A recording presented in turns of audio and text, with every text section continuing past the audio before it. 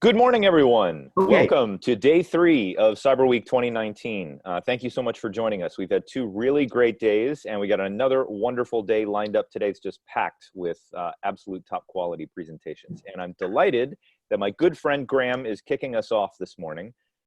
Graham, as many of you know, is the absolute pioneer in online dispute resolution. I think Graham and I got involved about pretty much exactly the same time. I think I first met you over in the UK at one of those ABA e-commerce task force meetings, right, Graham? I think that would have been probably around 99 or 2000. That was the first time we met. And Graham had pioneered the use of blind bidding, game theory, and he had also created the mediation room, which I think were the 2 first ODR platforms in the UK. And since then, Graham has been at the forefront of ODR practice. So he's also consulting all around the world. He's in Spain today, so let's all be jealous of his gorgeous view of Malaga behind him in the windows. But he's also been doing an enormous amount supporting countries in Eastern Europe. And I think today he's going to be talking about some of the lessons he's learned. I love actually the UK framing of lessons to be learned. That seems, we wouldn't say that in the States, but it seems very appropriate. So Graham, thank you so much for doing this presentation this morning. I'm really excited about it. Colin, thank you very much for inviting me. Yes, lessons to learn. So pay attention at the back there. This is the class. I'm actually a bit north of Malaga, between Malaga and Granada. So I'm high up in the mountains in a lovely, beautiful area. But the sun has left us today, sadly, but it's so beautiful. It's even great and beautiful in the rain. Well, perfect opportunity to do a presentation because it's not beach weather outside. You can wait until the clouds break. Yeah. Exactly.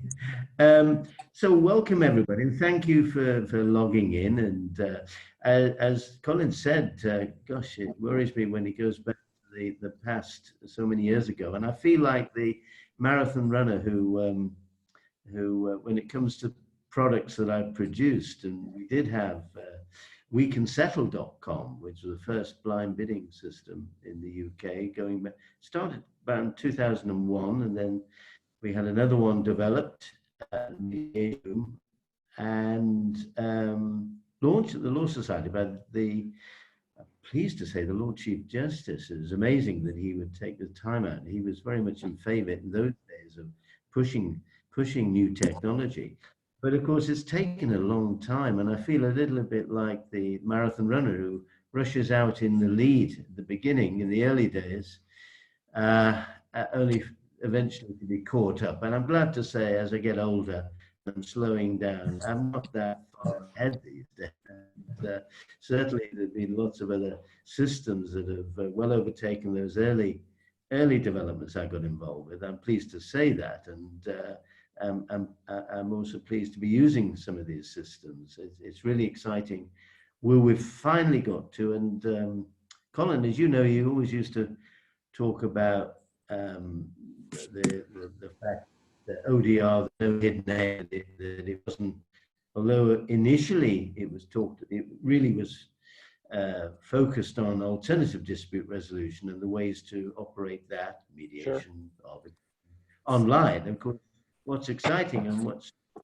came to prominence recently at our 19th forum in Williamsburg, for which this presentation is largely taken from, with some changes and updates, is very much now the interest of the courts themselves. It's not necessarily alternative systems, but about our main primary judicial systems and how they are now beginning to incorporate various forms of online dispute resolution. But however, the dangers obviously rushing out and trying to be a leader in this, there's always the dangers, there's always the lessons to be learned, and it's perhaps always wiser to be that little bit slower because you can learn the lessons. So what I just want to say in this presentation is to highlight 5 points that I see in the way the courts variously UK and Lithuania have tackled online dispute resolution, and where certain things have not been ideal, and perhaps lessons can be learned for those following on. If I can, you may be asking why you Lithuania, because I'm British, it's obvious. I was also honored to be invited to join an advisory group chaired by Professor Richard Susskind, a great leader and futurologist, if you like, in the law. And we were asked by the Civil Justice Council, the body responsible for identifying developments in our justice system, and to produce a report on ODR and the courts. What opportunities were there for ODR and what the impact would be, particularly initially dealing with low value claims, but which nevertheless, as we said in our report and eventually published, would be the way to actually look on and extend in future for different areas. So we produced our report in which basically we said that let's stop looking at the courts in a traditional way as a building, bricks and mortar. Let's look at it virtually. Let's look at the services it could operate. And let's look at alternatives to the more traditional judge-led resolution that instead of being alternative to the courts, could be simply part of the court system, that we should not necessarily think of court as a place to visit, but as the primary place for resolving disputes, and in extending its regime and its grasp and its coverage to include what we call online dispute resolution. I'm pleased to say that subsequently Lord Briggs was tasked to produce a much broader report about the future of the courts more generally, and he very much supported the conclusions that we came to in our ODR advisory group report, which were that certainly should be a commencing trial of an online court. We gave various bits of advice about that, some of which, however, whilst that advice in general has been taken on, and thanks to the support of Lord Michael Briggs, Lord Justice Briggs, a lot of our advices were respected and considered and purported to be followed, but were not quite yet being followed. And that's what I want to start deal with today. But before that, I want to cover Lithuania. Why Lithuania? Well, earlier this year, I was invited to a conference in Vilnius, the capital of Lithuania, to meet also with the various people involved in their justice system and to talk about ODR. I was very impressed with the fact that totally under our radar in the, if you like, Colin, in the, amongst the ICODA group, generally, Lithuania, we perhaps not noticed that they'd actually gone ahead quite early with creating an e-portal and seemed to be quite ahead. They then invited me back later this year to give advice on ODR to the course itself. And there is one important lesson that I want to start with that came out of problems that they did encounter. They were very much quick out of the traps. This is just a picture of one of the e-courts. I mean, it's becoming very common now for litigants to be able to attend court by video. Okay, that's not the most advanced now of technologies for ODR, but they did start a totally online e-portal for large volumes of court cases where much of the work could be done, filings, interlocutory hearings, decisions, and generally following case. This is a very brief, this is a sort of complex screenshot of Liteco, Liteco 1, the first one they developed. It's quite impressive. You can see them there, and at the bottom, almost 70% of all civil cases last year were dealt with online through their e-court portal. So they were very early adopters of the idea of having an online portal to increase access to justice. That bit's great. However, whilst they started it as early as 2004, Liteco 1, there were some problems. They built it in-house, but they did have external support from companies, but it was essentially they're built from scratch. But it wasn't built in a modular way as nowadays one does. And that, when you do that, makes it very lengthy a process and difficult and expensive when you want to add simple changes. If you build a structure in a modular way, every element of that system has its own module. And if you want to change something in that element of the system, maybe it's the e-filing, maybe it's the decision-making, maybe it's the advisory sector, maybe it's some sort of guided pathway, or whatever the features are kept in a very self-contained module. What that means is if you want to make some minor changes or little improvements or add some functionality, you just go to that module, and the impact on other modules is automatic because it was built into the fundamental structure.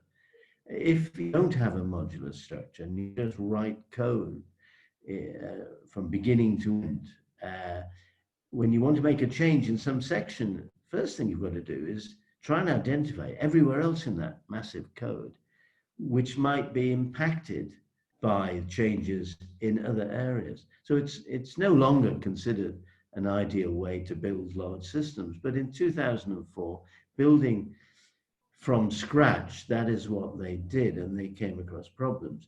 Another one was that various tables of databases were copied as they needed to be in different tables in order to be actioned and accessed different parts of the process and lifetime of a case, but they were not linked together in some sort of relational database way. That also created problems.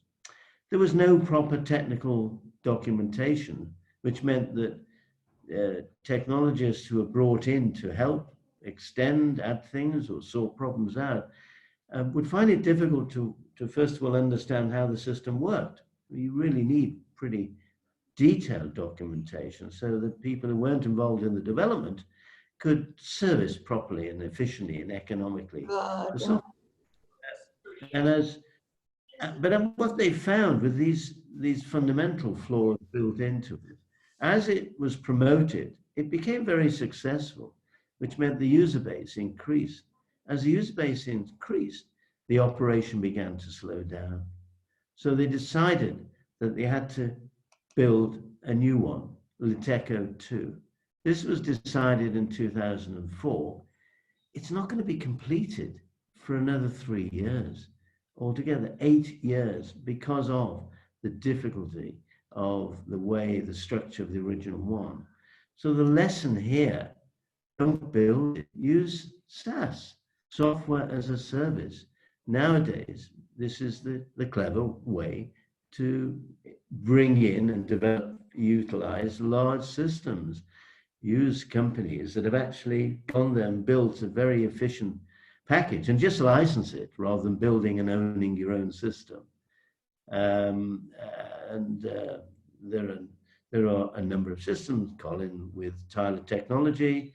And there are other systems that are available being developed. And of course, the benefit of using software as a service, as some of you will all appreciate, is you don't have to think taking time to do something else to update in the future.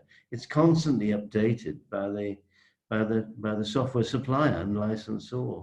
It's automatically future-proof because apart from anything else, the supplier is learning from different users from different areas and constantly developing from the experience improvements for the future. You just pay your license fee.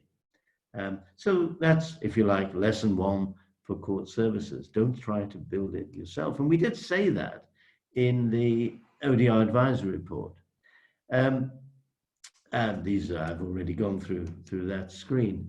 Let's now turn to the UK, because the other lessons, I'm afraid, are from the UK courts. What you're looking at here, again, is a very early system, Money Claim Online. which was an early e-filing system.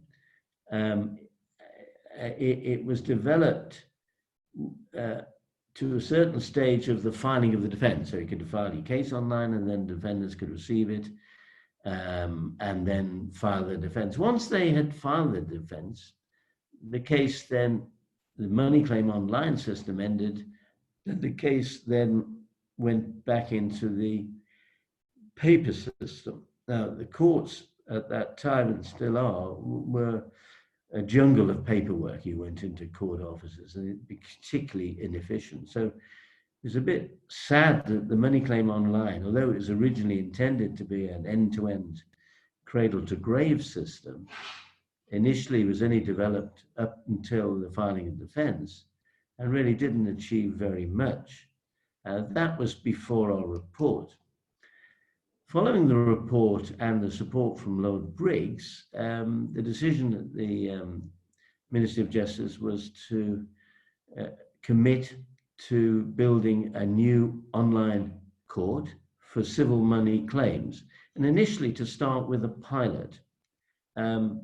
Now, this was to be initially for a fixed amount of claims that were purely about a money claim for up to £100,000. I'm no more than one claimant, and against no more than two defendants, I think that is. I can't quite see what I'd written there. Let me just move that. Yeah, two defendants. And served, as long as they had an address in England. That's last one's a little bit wrong, because one often might want to sue somebody in Scotland, for example, or Northern Ireland, which one can normally do. But that wasn't the case. Sorry, I'm querying my £100,000. I think we were originally £25,000 in our report. I should know, but I can double check that. But it was a limit. The problem were a number of things. Well, first of all, let me show the success in a sense of it. It's currently still in pilot mode, but it's in what they call public beta. So we know of an initial alpha mode for testing new software, and then beta allowing the public into it, but in a limited way. Public beta is letting the public into it unlimited. So there's no limit to the numbers of cases now that can be operated through the new civil money claim pilot. And as of October this year, some 98,000 claims have been issued with a satisfaction rate. It's not clear, because I'm someone who's used this system, as I'll go on to mention shortly in a case, and no one asked me for my views about it. I'm not quite sure how they're getting this to establish the rate of satisfaction, but they're showing quite a high one of 88%, which is good, and they should be congratulated on that usage.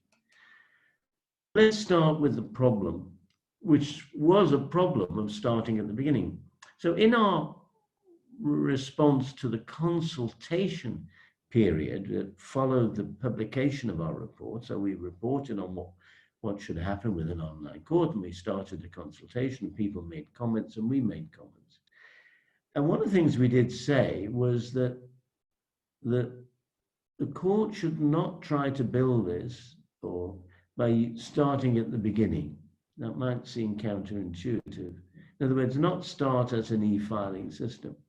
Why we said that was that if you suddenly make things much easier and convenient for people to start claims, you're going to significantly increase the number of claims coming in, pouring into the system.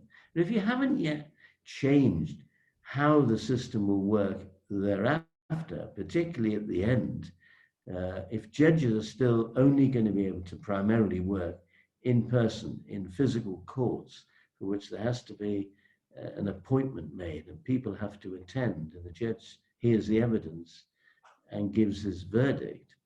If you're not changing, improving that, making the judges more efficient, all you're going to create is the sort of jam of people that you can see in this image trying to get home via a tube train in London.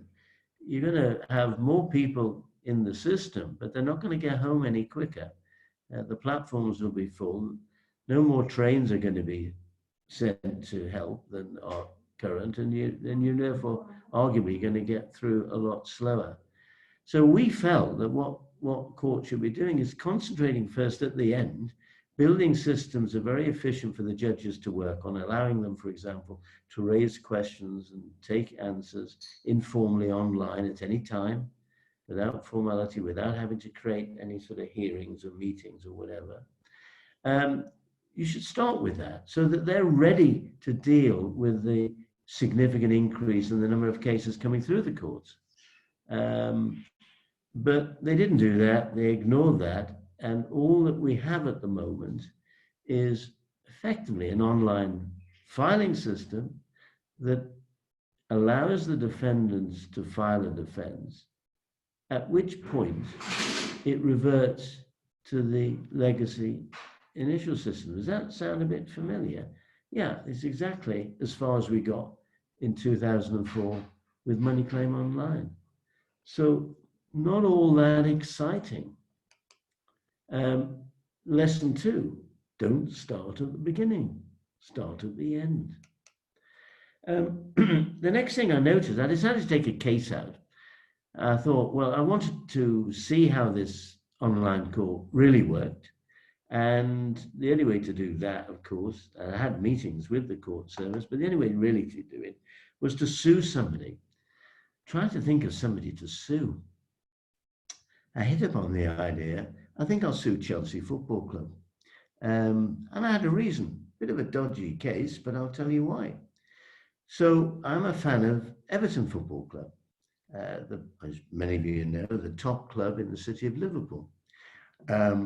No groans there. And they were playing Chelsea, and my son and I had to go to the away games in London. On the ticket, well, should I first of all say, a habit has arisen the last few seasons in the UK, that particularly in the away section of the ground, that the fans would, despite paying for seats, they would tend to stand for the whole of the game. It's a bit unfortunate for children further back, and elderly people or people with back problems. As I sort of had at the time, only a temporary one, recovered. But because when people stand at the front, then everyone has to stand behind them to be able to see the game. Pretty dangerous, pretty poor thing to be allowed to happen. But this was happening. And what upset me a little bit was when I bought the ticket, on the ticket, it had, the first time I'd seen this actually, in very large print, no persistent standing. So I thought, maybe Chelsea are doing something about this, and maybe their stewards are making sure people sit down through the match. It stand permanently, non-persistently, as I said, to when a goal is scored, of course, but not persistently throughout the game. Anyway, I went to the game, and as ever, people started to stand from the beginning, and we had to stand if we want to see the play. There were a lot of stewards around me, and I went to one and politely asked if they could ask the people up front to sit down, so the people in row 2 can sit down, and people in row 3 can sit down and see, etc. And he just ignored me, looked at me as if I was from another planet. The second half, still the same. I asked another one, same reaction. So I decided I would sue Chelsea Football Club. I can tell you, it's a pretty bit. Lawyers, most you will know that the problem I had was that I'd already bought the ticket and entered into the contract before they made the representation that there'd be no persistent standing as it was written on the ticket. I didn't really have a very good case. I'm pleased to say they invited me to Chelsea Football Club, the head of law and the head of security, to a meeting, and they took it very seriously. They had been trying to get people to sit down, but hadn't. Anyway, I'm pleased to say they repaid the money and settled the case in my favor without formally admitting it. But this case, sorry to go on about it, but it did give me an opportunity to look at the new online court. And I found that it was the only difference with the previous system was that it asked for a timeline of events. When the claimant myself was being asked to set out the case and describe it, it sort of asked me to set out how the history of it and the dates of each item. In my case, it was quite straightforward. I bought tickets, the ticket stated the no position, blah, blah, blah. And that was a little some way to breaking down what the case was about. I've highlighted the last question or the last statement. I said I suffered a bad back for about 5 days. And the point there I made is one good system would at that point pick up the fact that there's a time limit for personal injury claims, and I should have been warned that I was more than that time limit, and therefore my case was invalid for that alone. But anyway, it wasn't intelligent enough in the way it was written and developed to do that. I did show you the other slide that simply started out with asking me what the case was about, and it gives you a plain box in which to write free text. There was no guided pathway, no series of logic tree of questions that enable the system to learn about my case. Just free text boxes. And I feel that the lesson is we should have less use of these. We should use more tick boxes. And by that, I mean asking a series of questions, and the questions that are portrayed or you're asked depend on the ones previously. And importantly, that a database is built up out of those questions. So that you gradually built a huge anonymized database of all the cases that have been brought through your courts. And in that way, if you link them with the way cases are decided, you have the opportunity of building a really intelligent system that can start to guide people in the way good resolution of cases, what would be what correct and appropriate resolution of particular types of cases. The other thing is, by removing free text boxes, you're making it much easier for people to read and understand what the case is about. With people who are not represented, they may length. Graham, I'm sorry to interrupt. I don't think. Graham, yes. Can you hear me? Would you mind stopping your video? I think it's interfering a little bit with your audio. So, and we already have your screens. Keep sharing your screens, but just in the lower left-hand corner, if you can click stop video, I think because your audio is breaking up a little bit and people can't hear what you're saying. Okay, I've done it. That's better. Thank you. I'm not speaking. Now I'm speaking. Can you hear me, everybody? Yes, we can hear you just fine. Thank you. Thank you for that, Colin. Any questions, anything that was not clear, obviously, we'll raise the questions when I finish, which won't be long. We're up to 3. So less use of just blank free text boxes, and let's start to use some clever filing and learning of cases. Another thing we noticed that the new court system was given an email address, a web address that ended .gov.uk, which is the overarching website domain for all government departments. Joshua Rosenberg, a very well-known legal commentator, has written a book and been updating it and giving presentations and lectures on this new online court. And Joshua made a great point that he felt that having the court at a domain ending .gov.uk was not appropriate to a court that should be independent of all parties that could come to it. And of course, if you were suing a government department, you might feel if this online court where you took your case was part of the government itself, that the court itself may not be neutral. And they took that on board. So it's now has a domain HMCTS, Her Majesty's Court and Tribunal Service. So that's just another point to think about as a lesson if you are looking to design systems for courts. wait a minute. That's it looks like I've slipped a. That's not the lesson that I was talking to you about. Let me just go to the previous one. And the previous one. I'll go forward. Okay. You know what? Looked at the GovUK, but that was the next lesson. Let me go back to this screen first of all.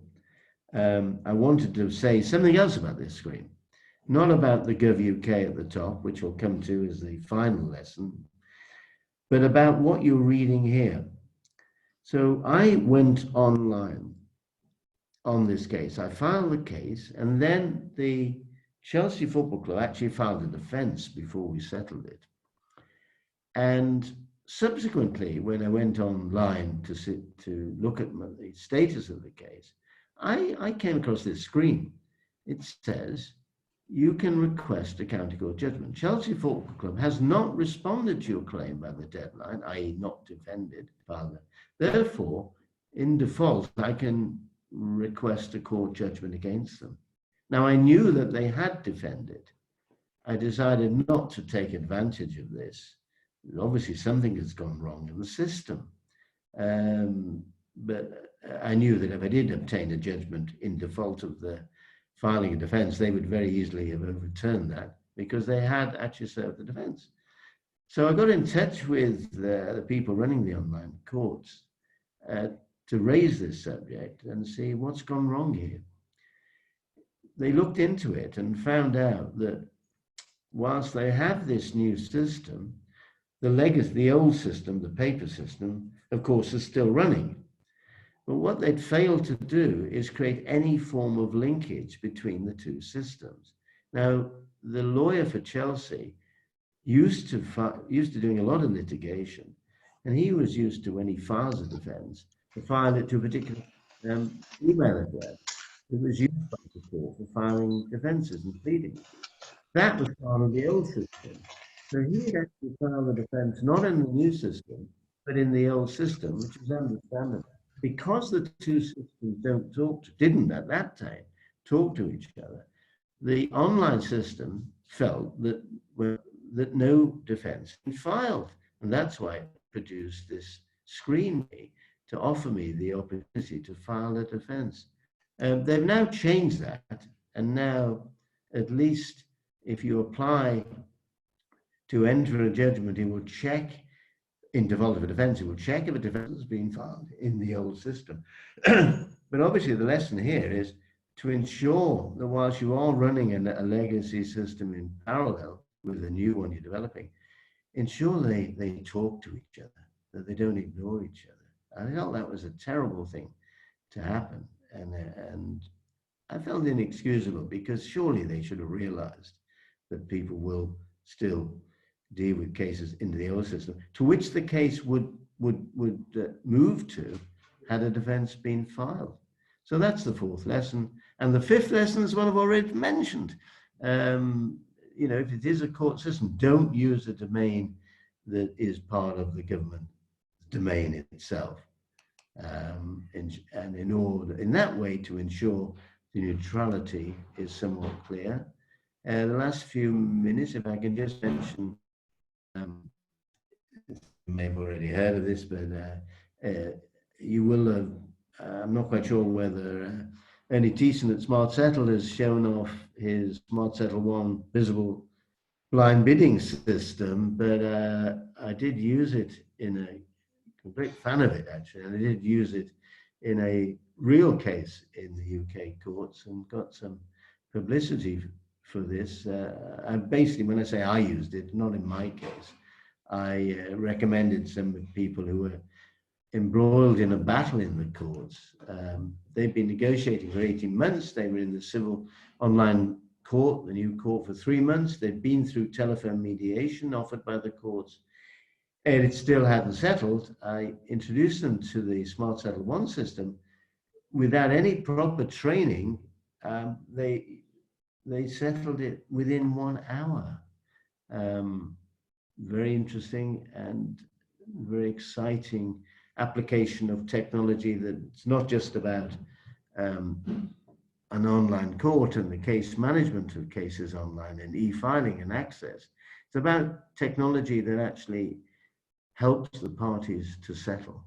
Yeah, and Uh, Graham, we are looking to do a full day simulation with Smart Settle on Friday of Cyber Week. So I'm talking with Ernie about that. But yeah, Excellent. that was a great article that you got, because I must have had 10 people send me that article. So many people saw it and said, "Did you read this? This is so cool." So that was really good press coverage. It got replicated in a lot of law magazines and things. So a lot of people.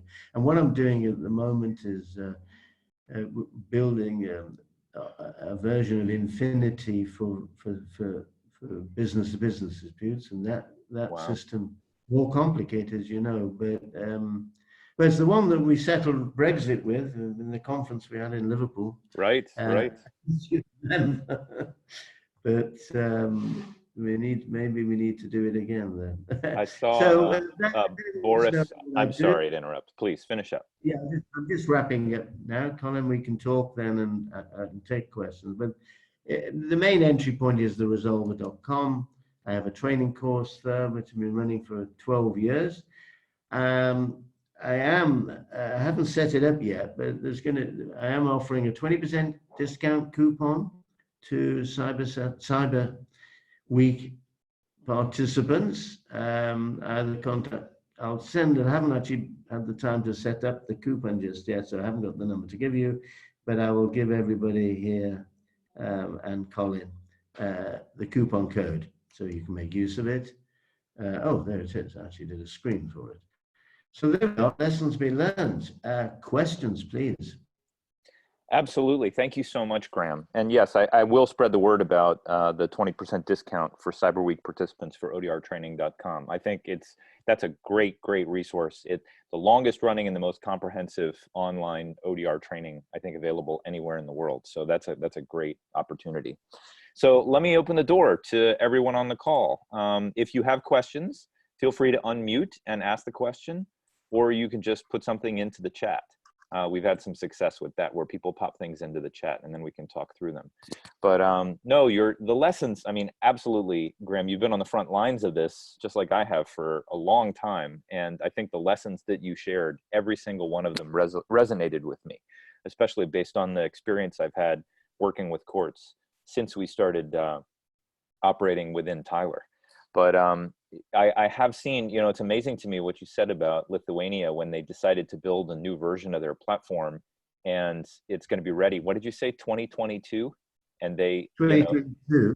so how many Well, years that's did the it take for them to build that next version? I mean, it's, we're talking an incredible amount of time, because they have to go back, as you said, to the first version and make sure it can all migrate. So the challenge of building V2 is almost twice or three times harder than the challenge of building V1. Yeah, exactly. I'm just trying to get back to the Zoom screen, so in case, if anybody, I'm going to, anybody's typing any questions, Colin, if you could read them out. I can. I'll read them out when people type them into the chat. We don't have any yet, but I do still see your screen. You can stop sharing your screen if you want. Oh, actually, then we can go back to your video. yeah. I'll start my video again here too. Stop sharing in a minute. I'm getting you there. But yeah, I mean, I have to say, it is gratifying, because I have this conversation all the time with courts about build versus buy. And I think courts think, well, we don't like being dependent on external vendors, so we're just going to do it ourselves. But sadly, there are many stories about courts that spend millions and millions of dollars of public money on a technology project, only to see it fail. And then the budget gets cut, and then they have to kind of throw it in the garbage. So I agree with your recommendation around the use of SaaS platforms. I think it's a better way to go, because yes, you have to navigate your external relationship with a vendor, but the vendor is continually updating the software, and they're the ones who have the responsibility for all what they call the SLA, the service level agreement. So it's going to be secure, it's going to have high uptime, and you don't have to worry about that as an end user. But I think, and I know it yeah, myself, please. even for my own work that I do, I built systems, and nowadays now I just rather look at make use and license the systems that other people are developing is a much more flexible way to operate. Can I just ask and Sure. the audience, anyone who's actually used any of these, who's actually first of all mediated using online technologies, whether it's just Skype and Zoom or any of the platforms. We've got a new platform now, of course, CREC ODR, which I'm looking at, and Totally. is covered in Cyberweek, presumably, Colin, somewhere with Chitu. Yeah, we're doing an online simulation this whole week, a housing dispute case, and Okay. it's going in parallel, and everyone's using CREC.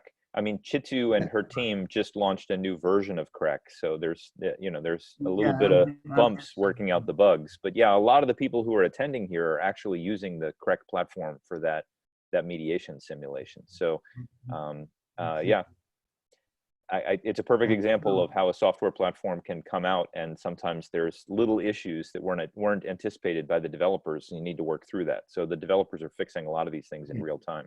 But we did get a question into the chat. Yeah, got a please. question. I'm looking at Lynn Johnson's question. Can you talk a little more Perfect. about building intelligent question systems? First of all, I'm not a technologist. I'm a lawyer mediator. But what I'm referring to, if you mean by a question, what do I really mean about building an intelligent question system? Right. So the old system or the current system is it's all about framing. First of all, it's about framing a case. And when people start a case, the offline system means you file a paper document, and usually you need a lawyer to guide you into correctly framing it in the best way and covering what needs to be covering to set out what your case is. In online systems, some of them simply have an equivalent of that, which is a form that you fill in and you just explain in your own words. There's not much in that an intelligent system, not much intelligence you can build like that. By intelligence, I mean learning what a case is about, all its elements, what the argument's about, learning like a human in order to process that in if you're going to be the determinant for that, you're going to be an arbitrator or a judge, something that will help you understand that. Now, an intelligent system would break this thing down, would ask questions. For example, what is your dispute about? Is it about a product or a service? And then if you say it's about, if you tick the box product, it'll say, was this product, was it delivered? Yes, no. You'd say yes. Then it would say, was it the product as you had anticipated? Was it the one you ordered? Yes, no. If you tick no, it'll then ask other questions. So that will go on and on and on. Now, if your system is programmed not just to record whether you tick the yes, which boxes you ticked yes to, that follow the path that describe what your dispute is about, but actually saved all that and added it to a database, so that you could ultimately, when you had tens of thousands of these cases, you can start to interrogate and learn from that database about cases, the statistics, the cases, and you could arguably, when new cases are created and this tree of questions is navigated by the party, by the claimant, and similar one would be navigated by the defendant. It could, in real time, identifying how all the other cases that seem to follow the same profile. Mm-hmm. And two things there. It may, if you also code the types of the resolution of cases, you could, it may be, for example, the case is about an injury and you're recording the values given and awarded by the court for personal injury, different, if you lose a leg, what the court's giving you. At the moment, courts will be guided by tables. The insurance industries have software that guide them as claims assessors into the sort of standard value of cases as decided in court. But they tend to be, that knowledge is gained from a very small fraction of cases, being those, but well, certainly for claimant lawyers, they can only access cases as reported in the legal journals, which is a very minor fraction and doesn't really deal with the cases that are resolved. But if every case was fed into a database, you'd have a much more accurate assessment of value to guide judges dealing with similar cases in the future, judges or arbitrators or mediators. And you're coming close to the robot judge, I admit that, but that's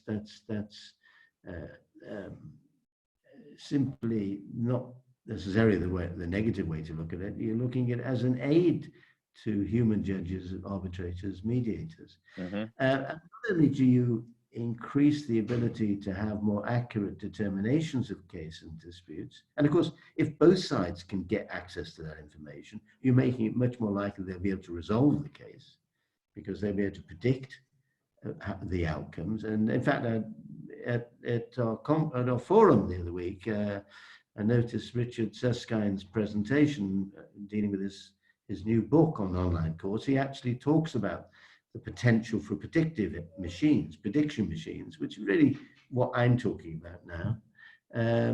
Systems that will predict, because of the vast data that you fed into him, a reasonable outcome of a particular case. But not only are you making it easier to resolve, you're actually making it easier to for people to provide consistency. And if you provide consistency of court outcomes, you're going to reduce the disputes because people will be able to understand what values are and be able to resolve and settle these cases or avoid disputes if it's a knowledge about what amounts to dispute. I've just given an example of trying to predict the value awarded by a court, but you might equally apply this sort of principle to this sort of technology, this sort of focus and intelligence to disputes about what people are allowed to do, I don't know, with party fences, neighbor disputes, I don't know, all sorts of things. Doesn't always have to be things about value. So does that help in any way, Lynn, your understand? Yeah, I think why he said, he posted a follow-up. He said, have you seen any such system yet? Are there examples of? Yeah. So this is no, well, there's the Canadian, no, sorry. There is the Civil Resolution Tribunal in British Columbia, which is an advanced system in following the pathway, the guided pathway, so that the system will learn. I'm not absolutely sure how far beyond that it's going at the present time in getting to the robot judge. Maybe, Colin, you know more on that point. Well, there's a lot of people doing work on that. I really feel like that's the next frontier. I mean, I think you're absolutely right. That's the way that it's going. I haven't read Richard's book yet, but I think it ties in very much with his other book that he did with his son about the future of the professions. Trying to aggregate all this data and sort of make sense of it. That's the next task. I think Mark Andreessen said software is going to eat the world, and now they say AI is going to eat software. So I think what you're outlining, Graham, is definitely where things are going. But I think as you noted before, ODR has taken a lot more time to click into place than we originally thought 20 years ago. And I think AI is going to take a lot longer as well. So it is. I'm not going to change that quickly. Yeah. And Lynn said, and Barbara has a question, but Lynn said, what book are you talking about? Richard Suskind, who's the chief IT advisor to the Lord Chief Justice. He's a professor in Scotland, but just a huge thinker about law and technology. He just came out with a book on ODR in the courts. I think it just was released. Yeah, I think the book about online court, I forget the title is, I'm just trying to... yeah, I can look it up, but let's let Barbara ask her question. So Barbara, do you want to, yeah, please. Yeah. Is my voice? We can hear you. Oh, yep, great. That's good. Yesterday I didn't have it right. Thank you very much for the presentation. And I can see in a common law jurisdiction a huge amount of value for getting some kind of equanimity across the country. For example, I'm in England, as you can probably hear, and we have, depends on where you issue sometimes as to what the outcome is. I would like to just bring up the usual chestnut about the vanishing trial. And if everyone's doing the same thing, and that becomes the benchmark over time, what does that mean in terms of developing case law and rights and the need for leading reports on cases? I'm just wondering where that fits in. Yeah, sorry, Barbara, I just had a slight hiccup with the sound there. I said you were referring to, what was that on trial at the beginning of the question? The vanishing trial, you know, the last trial of mediation is that it does away with judgments that precedents, basically. A very good question when looking at the future of justice and access to justice and the quality of the court. So what you're essentially saying is that because there's such a pressure now to avoid cases going all the way to a final decision and a final determination by a judge,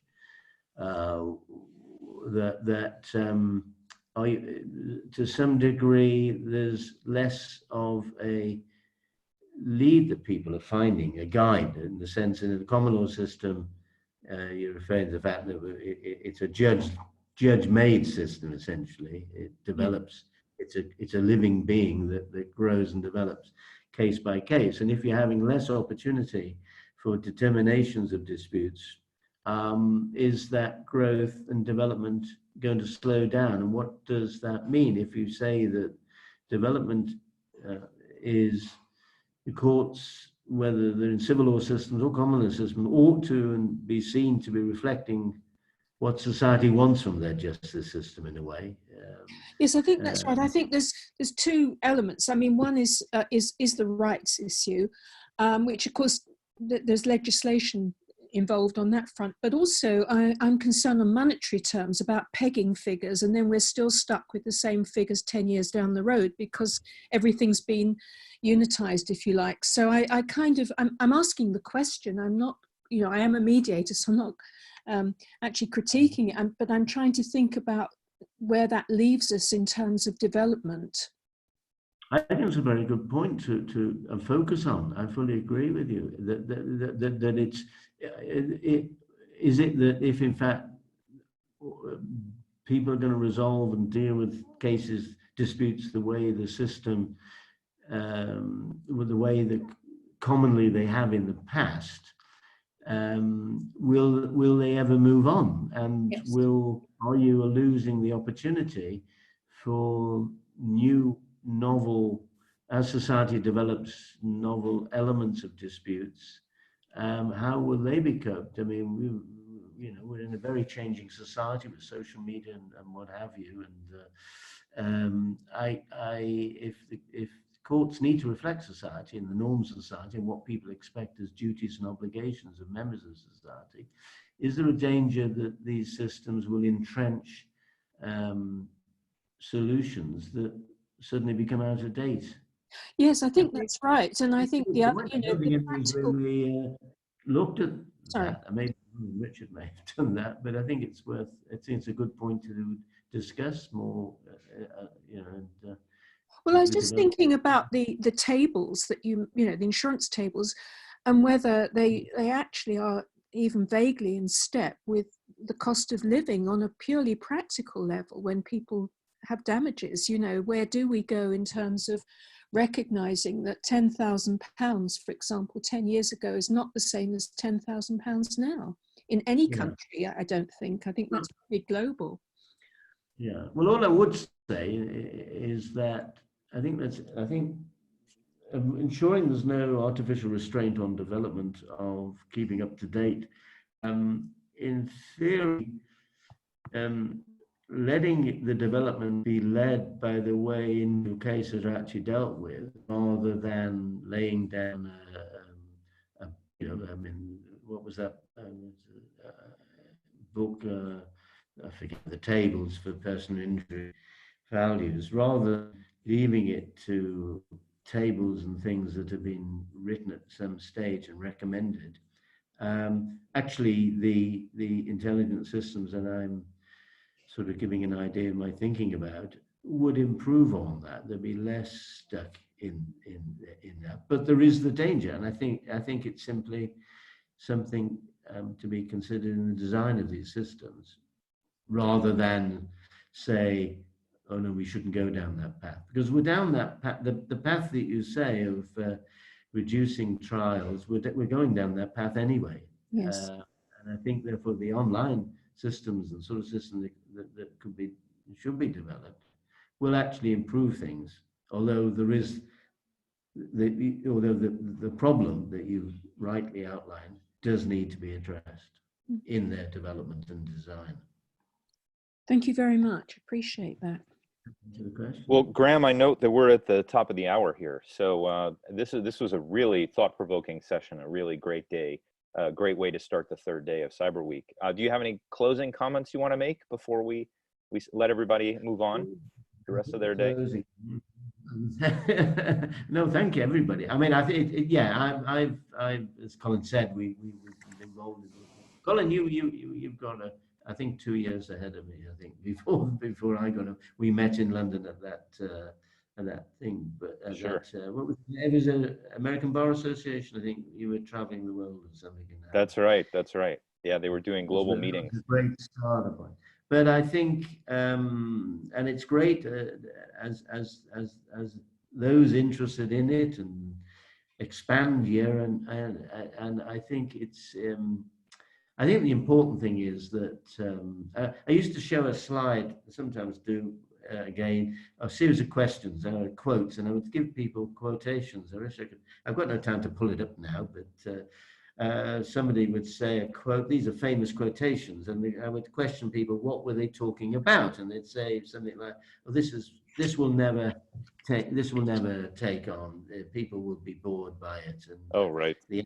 Say cinema, or this will have no use. The answer is actually a car, and then an aeroplane. In other words, all the great developments and inventions, there was always somebody, very famous people and authoritative people, who issued a quotation that they had to eat their words afterwards.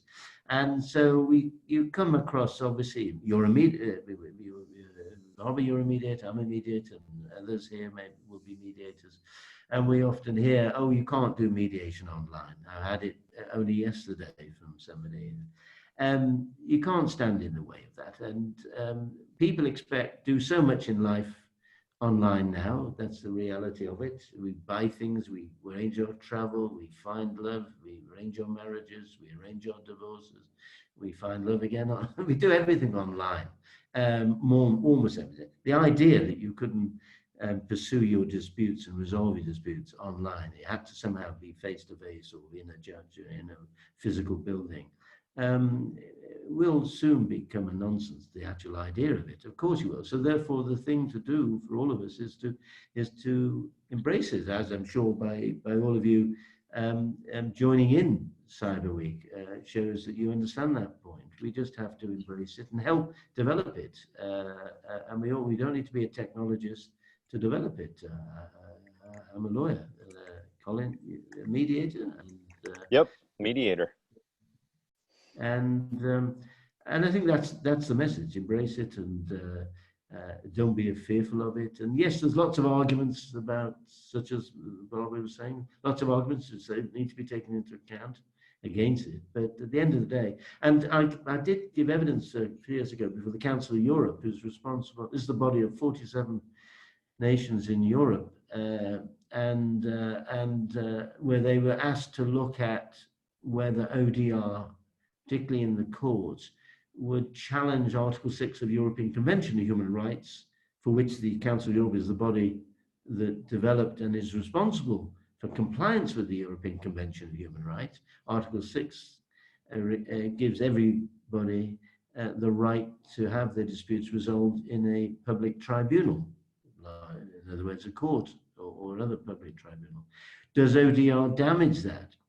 And I and 2 or 3 of us gave evidence in Madrid at one of the investigations. They produced a report, finally come to the view that no, it did not damage access. Quite the reverse. We were having a problem of in access to justice. People finding it harder to afford court fees and lawyers' fees to take the cases, and ODR would increase it. But it did, and it resolved and recommended all 47 states of the Council of Europe to focus on encouraging the development and use of ODR. A lot of it did helpfully come up with certain provisos, which are very helpful in the development of systems, such as well, I just mentioned just the one, which is that we want to be careful about systems that because they're played out between two sides. One side is using the system day in, day out, let's say a claims assessor for an insurance company, and the other is a person who's using it for the first and only time. You want to make sure the systems don't give a benefit and opportunity to the person who uses it a lot, the insurance man, and the opportunity to game the system, to learn techniques from simply using it. So with that sort of encouragement there and wise precautions being mentioned, this is the way forward. So the message really is embrace it and contribute. Everybody, we're getting people joining this movement. This is a movement, really. The people, we have our forum every year. Next year, next May, not that far away, is in Dublin. I urge everybody to come along and join in. Fantastic. Fantastic, Graham. Thank you. An excellent chat. I see Lynn said, thanks, Graham. Great talk. And Mike Dennis said, thanks, Graham, for your terrific presentation. And Barbara said, thank you for your presentation, Graham. Very informative. So unfortunately, you can't hear the applause because everybody's on mute, but it was a great talk. And I couldn't agree with you more. We have the honor of planting some seeds that we probably are not going to live long enough to harvest. But it's the right thing to do, is to do our work and move the ball forward. And definitely your work has done that in spades. So thank you so much, Graham. Really appreciate it. Thank you, everybody, for coming along, and I hope to meet everyone soon. All right, fantastic. Take care. Have a good day.